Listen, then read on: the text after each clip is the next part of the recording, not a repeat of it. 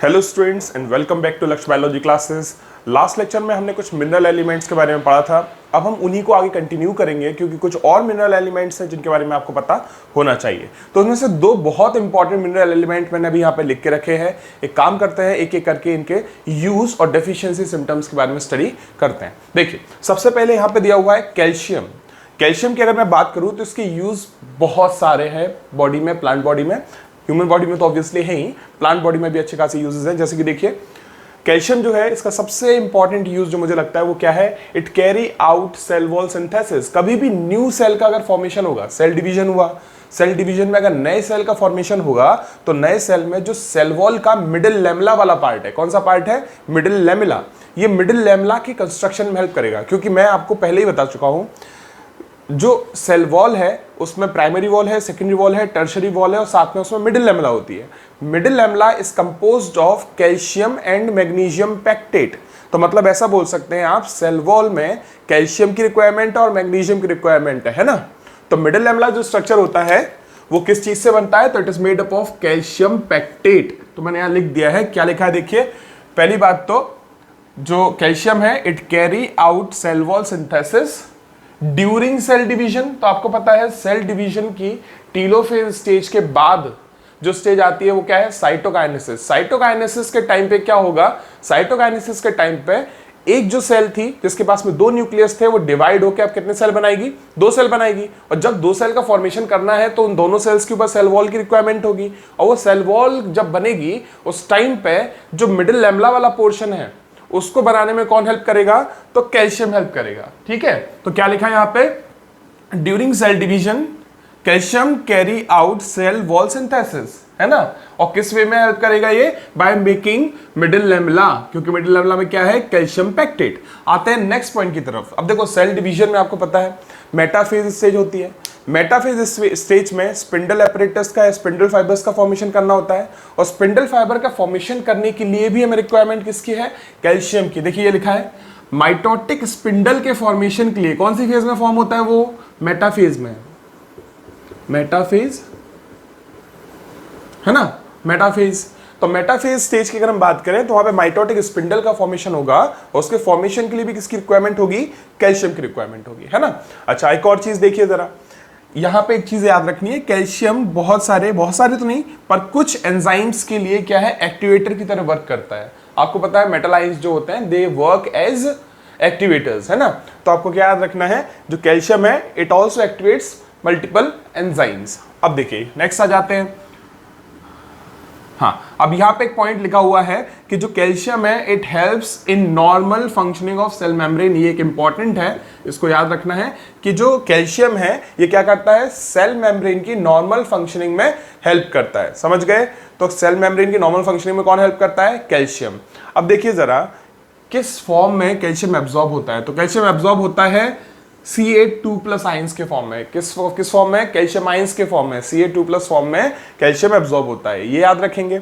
Next एक देखिए, कहां पर कैल्शियम की रिक्वायरमेंट ज्यादा है, तो कैल्शियम की रिक्वायरमेंट मोस्टली एपाइकल रीजन पे थोड़ा सा ज्यादा रहती है। देखिए यहाँ पे क्या लिखा है, मेस्टेमेटिक टिश्यू जो होते हैं, मेस्टेमेटिक टिश्यू मतलब जो कंटिन्यूअसली डिवाइड कर रहे हैं, ऐसे टिश्यूज अपाइकल रीजन पे मिलते हैं, वहां पे कैल्शियम की रिक्वायरमेंट ज्यादा रहेगी। उसके अलावा डिफरेंशिएटिंग टिश्यू, डिफरेंशिएटिंग टिश्यू मतलब क्या, वो मेस्टेमेटिक टिश्यू जिसके सेल्स ने अब क्या किया है, अब उन्होंने डिवीजन को कंप्लीटली कर दिया है बंद और वो हो गए स्पेशलाइज्ड। स्पेशलाइज्ड मतलब क्या, मतलब वो कोई स्पेशल फंक्शन कैरी आउट करना स्टार्ट कर देंगे। तो अगर कोई मेस्टेमेटिक सेल जो कि कंटिन्यूअसली डिवाइड कर रही थी वो अपनी डिवीजन को बंद करके कोई स्पेशल फंक्शनिंग करने लगे प्लांट बॉडी में, तो ऐसे सेल को हम क्या बोल रहे हैं, डिफरेंशिएटिंग टिश्यू या फिर डिफरेंशिएटेड सेल, है ना।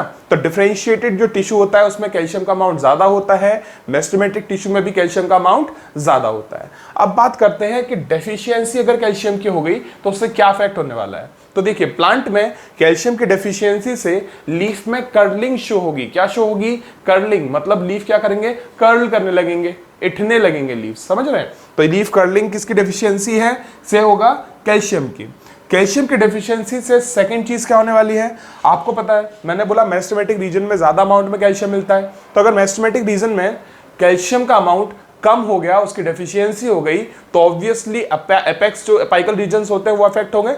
तो यहां लिखा है देखो, जो ग्रोथ है कहां पर, एपाइकल रीजन पे, शूट पे और रूट पे, इनके एपेक्स पे जो ग्रोथ होगी वो क्या हो जाएगी, स्लो हो जाएगी। तो याद रखना कैल्शियम का कंसंट्रेशन मेस्टमेटिक और डिफरेंशिएटिंग टिश्यू में ज्यादा होता है। बाय चांस अगर कैल्शियम की डेफिशिएंसी हो गई तो मेस्टमेटिक टिश्यू और डिफरेंशिएटिंग टिश्यू क्या करेंगे, अपनी ग्रोथ प्रॉपर्ली नहीं करने वाले हैं। समझ गए। अब आते हैं नेक्स्ट मिनरल पे। Next mineral is iron. तो मिनरल न्यूट्रिशन पढ़ रहे हैं हम चैप्टर। आयरन के बारे में बात करना बहुत इंपॉर्टेंट क्यों है, क्योंकि इसको हमने मैक्रो एंड माइक्रो दोनों में कंसिडर करते हैं इन डिफरेंट कंडीशंस। पर अभी हम इसको किस में काउंट कर रहे हैं, माइक्रो में, और मोस्टली हम इसको माइक्रो में ही काउंट करेंगे। This is a micro nutrient.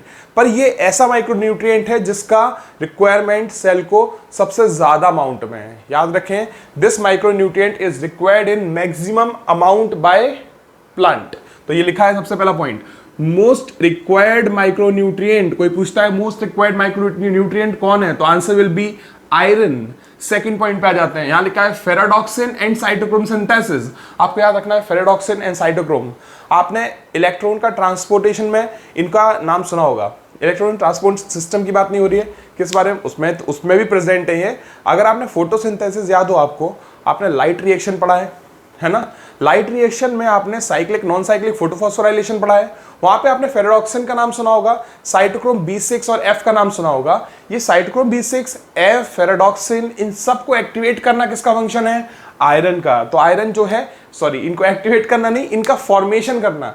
आपको याद है फेराडॉक्सिन को हमने कल भी लास्ट लेक्चर में भी लिखा था FeS कॉम्प्लेक्स, है ना। FeS सल्फेट कॉम्प्लेक्स मतलब क्या होता है, मतलब आयरन सल्फर कॉम्प्लेक्स। तो ऑब्वियसली फेराडॉक्सिन किस चीज से बन रहा है, आयरन से भी और सल्फर से भी। ठीक है, अब नेक्स्ट पार्ट पे आ जाता है, देखिए जल्दी।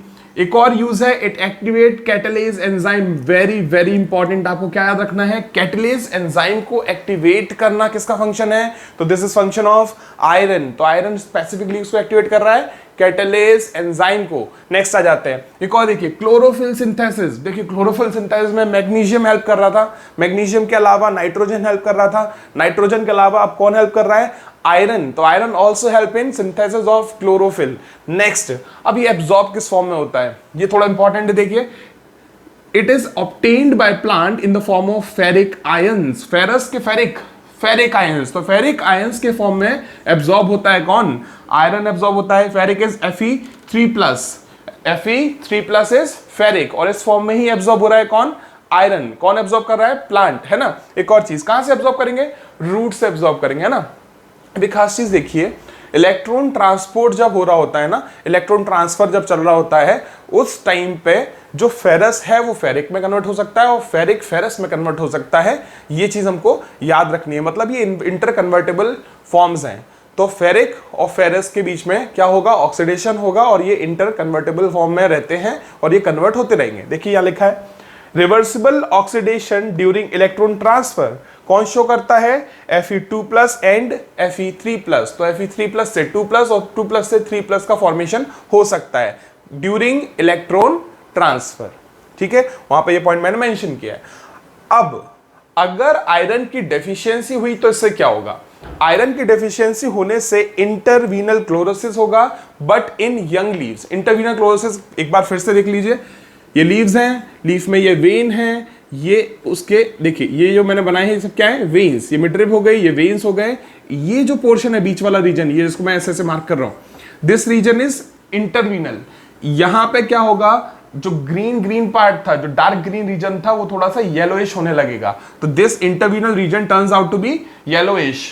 ठीक है, तो अगर ये इंटरवीनल रीजन जो है वो येलोइश होने लगेगा तो इसको बोलेंगे इंटरवीनल क्लोरोसिस। क्या बोलेंगे, इंटरवीनल क्लोरोसिस। पर जो इंटरवीनल क्लोरोसिस है आयरन की डेफिशिएंसी में यंग लीव्स में दिखता है। किसमें दिखता है, यंग लीव्स। तो this portion is very important, आपको याद रखना है। आयरन की डेफिशिएंसी से इंटरवीनल क्लोरोसिस तो होगा, पर कहां पर होगा, ओल्ड लीव्स में नहीं, यंग लीव्स में होगा। ओके, चलिए अब बात करते हैं नेक्स्ट मिनरल की। तो अब जो मिनरल हम डिस्कस कर रहे हैं वो है कौन, बोरॉन। बोरॉन में आप ऑब्जर्व कर सकते हैं, सबसे पहला पॉइंट यहां पे लिखा है, it is required for Uptake of calcium. मतलब प्लांट कैल्शियम को एब्जॉर्ब ही नहीं करेगा अगर क्या चीज नहीं होगी, बोरॉन नहीं होगा। तो अगर बोरॉन प्रेजेंट नहीं है सॉइल में तो प्लांट कैल्शियम का अपटेक भी नहीं करेगा। तो मतलब आप सीधा सीधा समझ सकते हैं, जो जो फंक्शन कैल्शियम कैरी आउट करने वाला था वो सारे के सारे फंक्शन हो ही नहीं पाएंगे अगर बोरॉन नहीं होगा, है ना। तो क्या याद रखना है, ये बहुत ज्यादा इंपॉर्टेंट पॉइंट है कि कैल्शियम का जो अपटेक है by the plant it is controlled by boron, क्योंकि अगर बोरॉन एब्जॉर्ब होगा तो ही कैल्शियम एब्जॉर्ब होगा। अब बहुत सारे फंक्शन है इसके, एक और देखिए जैसे कि सेल मेम्ब्रेन फंक्शनिंग, आपने कैल्शियम में भी पढ़ा है कि सेल मेम्ब्रेन फंक्शनिंग में कैल्शियम हेल्प करता है। तो ऑब्वियसली बोरॉन कैल्शियम के एब्जॉर्प्शन के लिए रिस्पॉन्सिबल है, तो boron is also responsible for normal functioning of cell membrane also, है ना। तो अब एक और चीज देखिए, पॉलन ट्यूब जर्मिनेशन, ये स्पेसिफिकली इसके लिए बहुत इंपॉर्टेंट है, उसके लिए भी है, वैसे कैल्शियम के लिए भी है ये चीज, पर बोरॉन के लिए ज्यादा इंपॉर्टेंट है। तो क्वेश्चन कभी आएगा तो आप पहले बोरॉन आंसर लगाएंगे फॉर द प्रॉपर या normal germination of pollen tube के लिए, ठीक है। तो normal germination of pollen tube कौन करवा रहा है, बोरॉन करवा रहा है। उसके अलावा सेल एलोंगेशन, आपको पता है वैक्यूलेशन सेल का इंक्रीज हो जाता है, इंक्रीज वैक्यूलेशन की वजह से सेल का जो साइज है, जो लेंथ है, एक तरीके से इंप्रूव होने लगती है, इंक्रीज होने लगती है, इससे प्लांट में एलोंगेशन हो जाता है या सेल्स में एलोंगेशन हो जाता है, पता है। और ये एलोंगेशन करवाने में कौन हेल्प करता है, बोरॉन। तो बोरॉन क्या करेगा, सेल एलोंगेशन में भी हेल्प करेगा। सेल डिफरेंशिएशन में कैल्शियम हेल्प कर रहा था, बोरॉन भी सेल डिफरेंशिएशन में हेल्प करेगा, तो बोरॉन भी सेल डिफरेंशिएशन में हेल्प कर रहा है। उसके अलावा कार्बोहाइड्रेट ट्रांसलोकेशन, कार्बोहाइड्रेट ट्रांसलोकेशन क्या होता है, आपको पता है प्लांट फूड का सिंथेसिस करता है in leaves by the process of photosynthesis, और जो भी फूड प्लांट बनाता है वो किस फॉर्म में बनाता है, तो ग्लूकोज के फॉर्म में बनाएगा। ग्लूकोज जो है वो स्टोरेज वाले रीजन पे जाने के लिए काय में कन्वर्ट होगा, सुक्रोज में।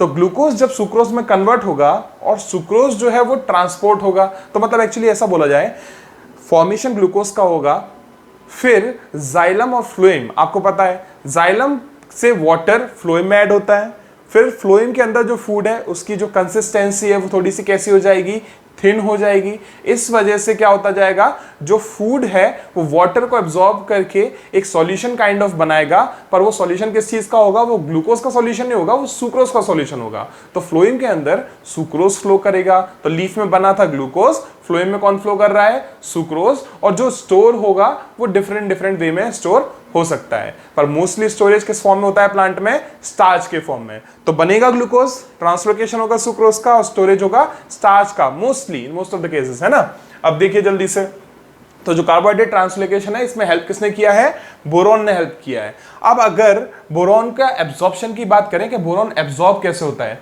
तो प्लांट बोरॉन को एब्जॉर्ब करता है from soil in the form of BO3 याद रखना है BO3 एंड B4O7 के फॉर्म में एब्जॉर्ब करता है प्लांट किसको, बोरॉन को, BO3 B4O7 एनसीईआरटी में मेंशन किया गया है, तो एनसीईआरटी को बार बार रीड करना है।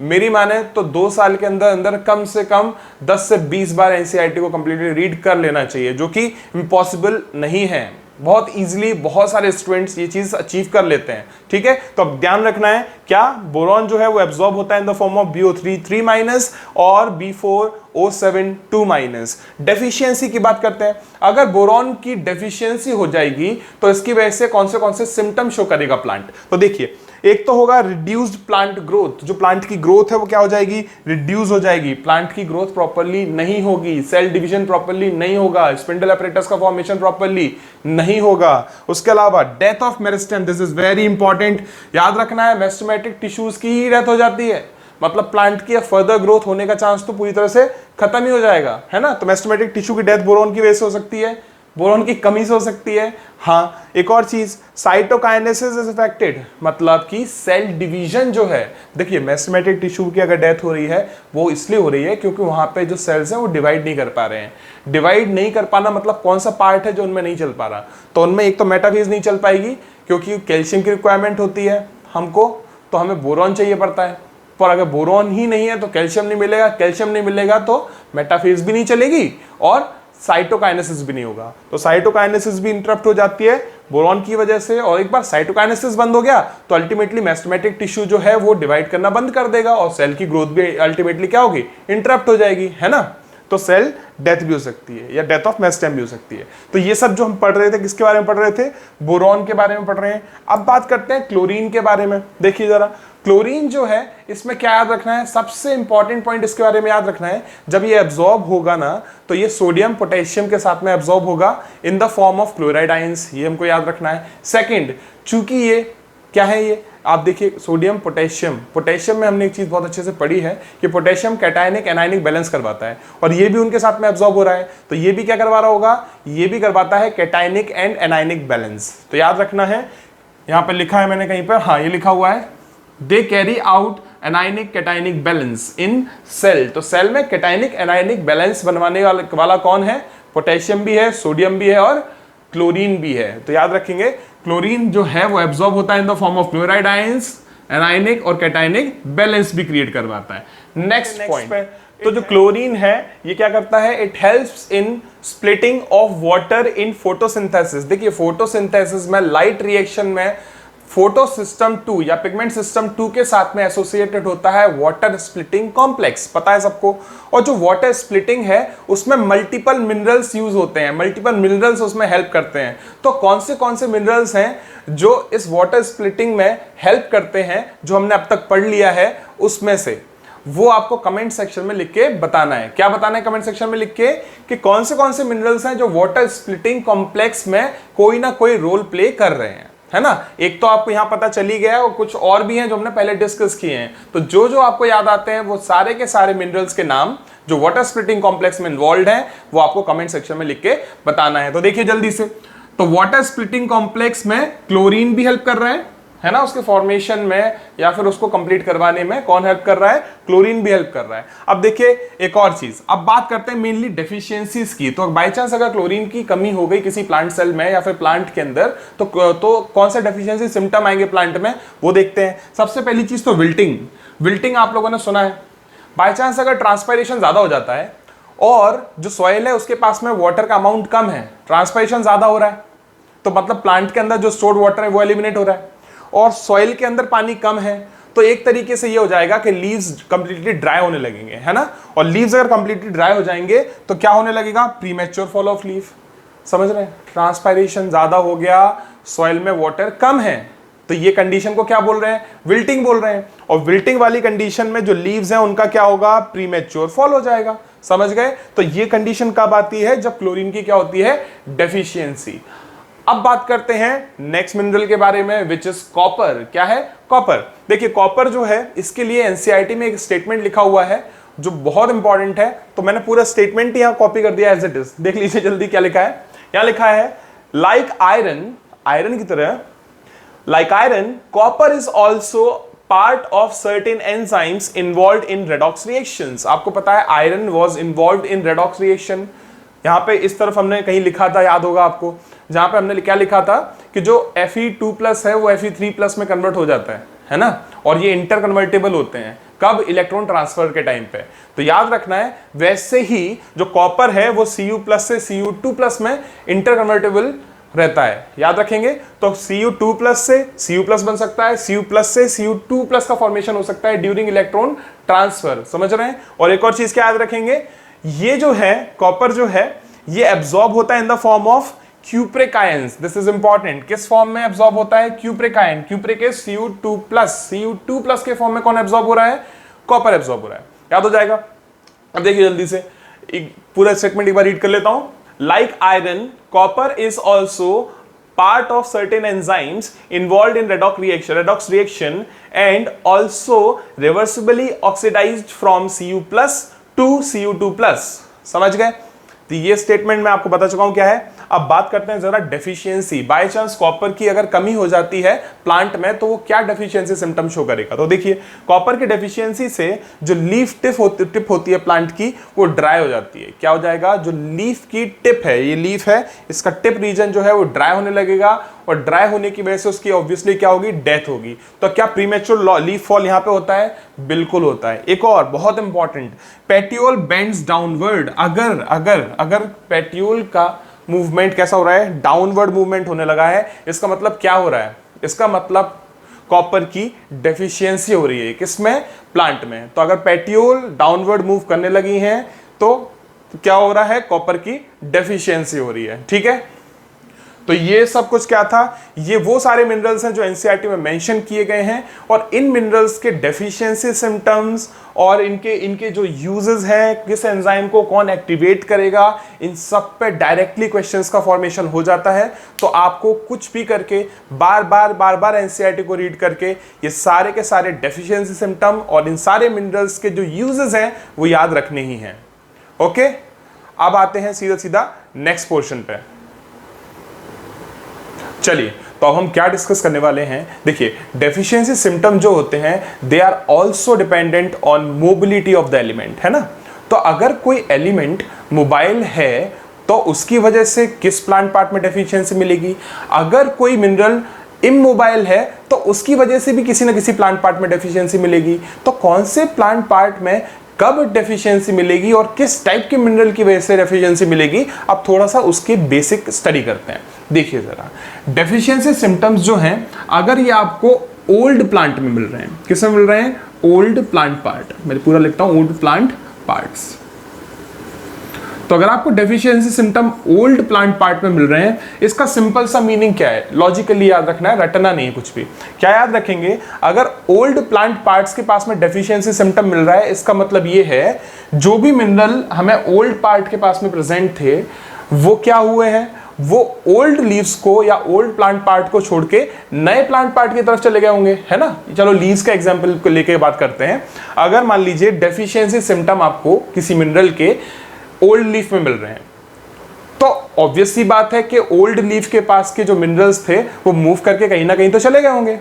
तो मूव करके कहां जाएंगे, जा सकते हैं वो, तो ऑब्वियसली ओल्ड लीव्स के अंदर जो मिनरल्स थे वो मूव करके किसी नए लीफ के पास में चले गए होंगे। तो नए लीफ में तो कोई डेफिशिएंसी सिम्टम शो नहीं होगा क्योंकि उसको तो मिनरल मिल गए, पर डेफिशिएंसी सिम्टम एक्चुअली शो किसको होगा, ओल्डर लीफ को। क्यों, क्योंकि वो मिनरल्स ओल्डर लीफ को छोड़ के चले गए थे, है ना। तो क्या याद रखेंगे, ओल्ड पार्ट में अगर आपको डेफिशिएंसी सिम्टम्स मिल रहे हैं मतलब कि किसकी वजह से मिल रहे होंगे, तो ये डेफिशिएंसी सिम्टम जो ओल्ड लीफ में मिलेंगे वो मिलेंगे due to mobile mineral elements, है ना। तो मोबाइल मिनरल एलिमेंट की वजह से जो डेफिशिएंसी सिम्टम है वो किसको मिलने वाले हैं, तो वो डेफिशिएंसी सिम्टम मिलने वाले हैं ओल्डर लीव्स को। किसको मिलेंगे, ओल्डर लीव्स। अब कौन कौन है जो ऐसे मोबाइल मिनरल्स हैं जिनकी डेफिशिएंसी सिम्टम से ओल्डर लीफ इफेक्ट होने वाली है, तो नाइट्रोजन हुआ, पोटेशियम हुआ, मैग्नीशियम हुआ। कौन कौन हुआ, नाइट्रोजन,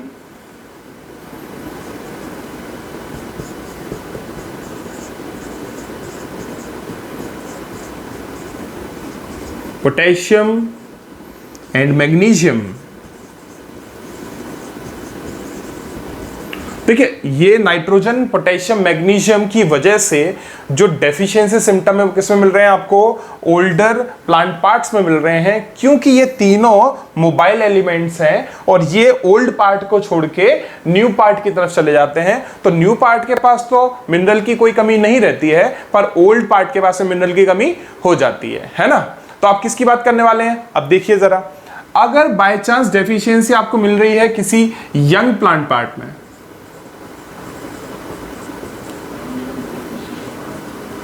अब ये भी बहुत इजी हो गया। देखिए, किसी यंग प्लांट पार्ट के पास में अगर मिनरल की डेफिशिएंसी हो रही है तो उसका सिंपल सा रीजन ये है कि ओल्ड प्लांट पार्ट ने अपने मिनरल्स यंग पार्ट को नहीं दिए, यही होगा। मतलब कि अगर यंग पार्ट के पास में मिनरल की कमी है तो वो कमी क्यों है, क्योंकि जो ओल्ड वाले प्लांट पार्ट हैं उन्होंने अपने मिनरल्स इस यंग प्लांट पार्ट को नहीं दिए हैं। और क्यों नहीं दिए हैं, क्योंकि वो मिनरल्स, ऐसे मिनरल्स जो ओल्ड पार्ट में टिक गए, वो वहां पर रुक गए, वो इसलिए रुक गए हैं क्योंकि वो मूव नहीं कर सकते थे। मतलब वो कैसे थे, इमोबाइल। कैसे थे वो, इमोबाइल। तो देखिए जल्दी से, यंग प्लांट पार्ट में अगर डेफिशिएंसी मिल रही है तो वो किसकी वजह से मिलेगी, due to immobile mineral elements. तो इमोबाइल मिनरल एलिमेंट्स की वजह से यंग पार्ट जो होते हैं वो उनमें डेफिशिएंसीज मिल जाती हैं, क्योंकि immobile elements older plant parts को छोड़ के यंगर प्लांट पार्ट के पास में नहीं आते। समझ गए। इसका एग्जाम्पल है जो सबसे इंपॉर्टेंट वाला, वो है कैल्शियम। कौन, कैल्शियम। याद रखना, कैल्शियम जो है ये ओल्डर प्लांट पार्ट्स को छोड़ के यंगर प्लांट पार्ट के पास में नहीं आते हैं। इस वजह से क्या हो जाता है, कैल्शियम की डेफिशिएंसी अगर मिलेगी तो यंगर प्लांट पार्ट में मिलेगी, ओल्डर प्लांट पार्ट्स में नहीं मिलेगी। समझ गए? ये चीज हमको एक याद रखनी है। चलिए, एक चीज जो हम सबको पता है वो क्या है, जितने भी डेफिशिएंसी सिम्टम्स हमने देखे हैं किसी भी प्लांट में, जरूरी नहीं है कि वो हर डेफिशिएंसी सिम्टम के लिए कोई एक ही मिनरल एलिमेंट रिस्पॉन्सिबल हो, है ना। जैसे कि एक सिम्टम यहां पे लिखा है नेक्रोसिस, जरूरी नहीं है कि नेक्रोसिस के लिए कोई एक ही मिनरल एलिमेंट रिस्पॉन्सिबल हो। मल्टीपल मिनरल एलिमेंट जो है वो सबके सब नेक्रोसिस कॉज कर सकते हैं, ऐसा भी तो हो सकता है। मतलब ये जरूरी नहीं है कि सिर्फ कैल्शियम की कमी से नेक्रोसिस होगा, कॉपर की कमी से भी नेक्रोसिस हो सकता है, पोटेशियम मैग्नीशियम की कमी से भी नेक्रोसिस हो सकता है। तो अब मैं क्या कर रहा हूं, आपके लिए इन ट्रिक्स को लेके आया हूं। इन ट्रिक्स की हेल्प से हम क्या करेंगे, जो डेफिशिएंसी सिम्टम को कॉज करने वाले मल्टीपल मिनरल एलिमेंट्स है ना, उनके नाम हम आसानी से याद कर लेंगे। देखो, शुरुआत करते हैं सबसे पहले डेफिशिएंसी सिम्टम से, विच इज नेक्रोसिस। नेक्रोसिस हम पहले ही बता चुका हूं मैं आपको, necrosis is death of tissue, specifically leaf tissue की डेथ को हम क्या बोलते हैं, नेक्रोसिस बोलते हैं। इसको याद करने का तरीका है, न्यू काइट मांगे काकू, न्यू काइट मांगे काकू। अब जो न्यू है इसके एन से हो गया नेक्रोसिस, काइट से हो गया पोटेशियम, मांगे से Mg, मांगे से आएगा मैग्नीशियम, काकू, काकू में आप नोटिस कर सकते हैं काकू के से नहीं लिखना है, सी से लिखने हैं। तो देखिए Ca एंड Cu, काकू। तो न्यू काइट मांगे काकू से क्या क्या हो जाएगा, इससे हो जाएगा necrosis, potassium, magnesium, calcium, copper. तो ये क्या है, न्यू काइट मांगे काकू। ये नेक्रोसिस की क्या है, वो मिनरल एलिमेंट्स हैं ये जिनकी वजह से नेक्रोसिस हो सकता है या जिनकी कमी से नेक्रोसिस हो सकता है। अगले पे आ जाते हैं, नेक्स्ट इज क्लोरोसिस। क्लोरोसिस भी हमने डिस्कस किया है। क्लोरोसिस क्या होता है, it is yellowing of leaves. तो देखो, येलोइंग ऑफ लीव्स के लिए आपको क्या याद रखना है, क्या मोदी ने सॉल्ट फ्री मंजन मांगा, मंजन सुना है, टूथपेस्ट के लिए मंजन बोलते हैं, उसको मैंने हिंदी में लिखा है। तो क्या मोदी ने सॉल्ट फ्री मंजन मांगा। तो देखिए इसमें क्या है, के पोटेशियम, मोदी से हो जाएगा मॉलिब्डेनम, ने nitrogen, salt, sulphur, free Fe मतलब आयरन, मंजन, दो आ गए इसमें, मन इज Mn और जन इज Zn, मंजन, और मांगा इज मैग्नीशियम। तो क्या मोदी ने सॉल्ट फ्री मंजन मांगा, इससे आ गया potassium, molybdenum, nitrogen, sulphur, iron, manganese, zinc and magnesium. तो ये सबसे आपको याद हो जाएगा क्या, कि जो जो मिनरल एलिमेंट क्लोरोसिस कॉज करते हैं वो कौन कौन से हैं, याद हो जाएंगे। अब आते हैं थर्ड वाले पे, यहां लिखा है डिले इन फ्लावरिंग। क्या, delay in flowering. Delay in flowering को कैसे याद कर सकते हो, Monday and Sunday no flower, Monday and Sunday no flower, मतलब मंडे से हो गया molybdenum, N is nitrogen, Monday and Sunday, Sunday मतलब सल्फर और नो फ्लावर मतलब डिले इन फ्लावरिंग। तो Monday and Sunday no flower मतलब डिले इन फ्लावरिंग होगी कब, mon is molybdenum, N is nitrogen and Sunday से हो गया सल्फर। समझ गए। अब आते हैं नेक्स्ट और लास्ट पे, इनहिबिशन ऑफ सेल डिवीजन। देखिए, इनहिबिशन ऑफ सेल डिवीजन के लिए हमें क्या याद रखना है, हमें याद रखना है मोदी की सुनो, मोदी की सुनो, है ना। मोदी से हो गया molybdenum again, key is potassium, सुनो, सु is sulphur, no is nitrogen. तो ये कुछ ट्रिक्स हैं जिनकी हेल्प से आप क्या याद कर सकते हैं, एनसीईआरटी में दिए हुए सिम्टम्स और उनको उनकी किसकी डेफिशिएंसी या सिम्टम्स होंगे वो चीजें। तो इन सारे मिनरल्स की डेफिशिएंसी से ये अलग अलग सिम्टम्स हमको प्लांट में देखने को मिलते हैं, याद हो जाएगा। चलिए, अब नेक्स्ट लेक्चर में हम डिस्कस करेंगे समथिंग अबाउट नाइट्रोजन फिक्सेशन।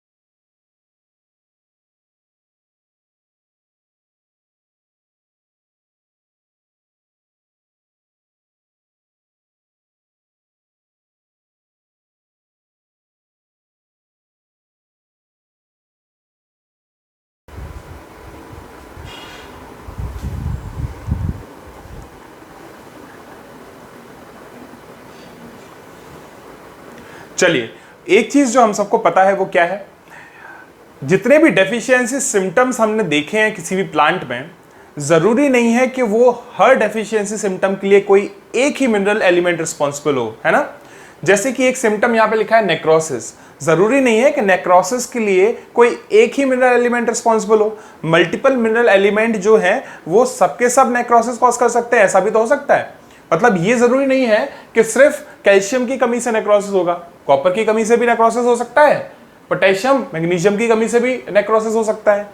तो अब मैं क्या कर रहा हूं, आपके लिए इन ट्रिक्स को लेके आया हूं। इन ट्रिक्स की हेल्प से हम क्या करेंगे, जो डेफिशिएंसी सिम्टम को कॉज करने वाले मल्टीपल मिनरल एलिमेंट्स है ना, उनके नाम हम आसानी से याद कर लेंगे। देखो शुरुआत करते हैं, सबसे पहले डेफिशिएंसी सिम्टम से, विच इज नेक्रोसिस। नेक्रोसिस हम पहले ही बता चुका हूं मैं आपको, necrosis is death of tissue, specifically leaf tissue की डेथ को हम क्या बोलते हैं, नेक्रोसिस बोलते हैं। इसको याद करने का तरीका है न्यू काइट मांगे काकू, न्यू काइट मांगे काकू। अब जो न्यू है इसके एन से हो गया नेक्रोसिस, काइट से हो गया पोटेशियम, मांगे से Mg, मांगे से आएगा मैग्नीशियम, काकू, काकू में आप नोटिस कर सकते हैं काकू के से नहीं लिखना है, सी से लिखने हैं। तो देखिए CA एंड CU, काकू।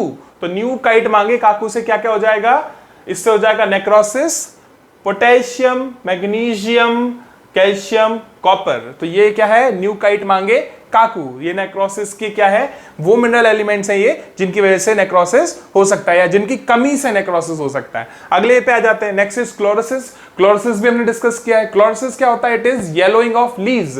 तो देखो येलोइंग ऑफ लीव्स के लिए आपको क्या याद रखना है, क्या मोदी ने सॉल्ट फ्री मंजन मांगा, मंजन सुना है, टूथपेस्ट के लिए मंजन बोलते हैं, उसको मैंने हिंदी में लिखा है। तो क्या मोदी ने सॉल्ट फ्री मंजन मांगा।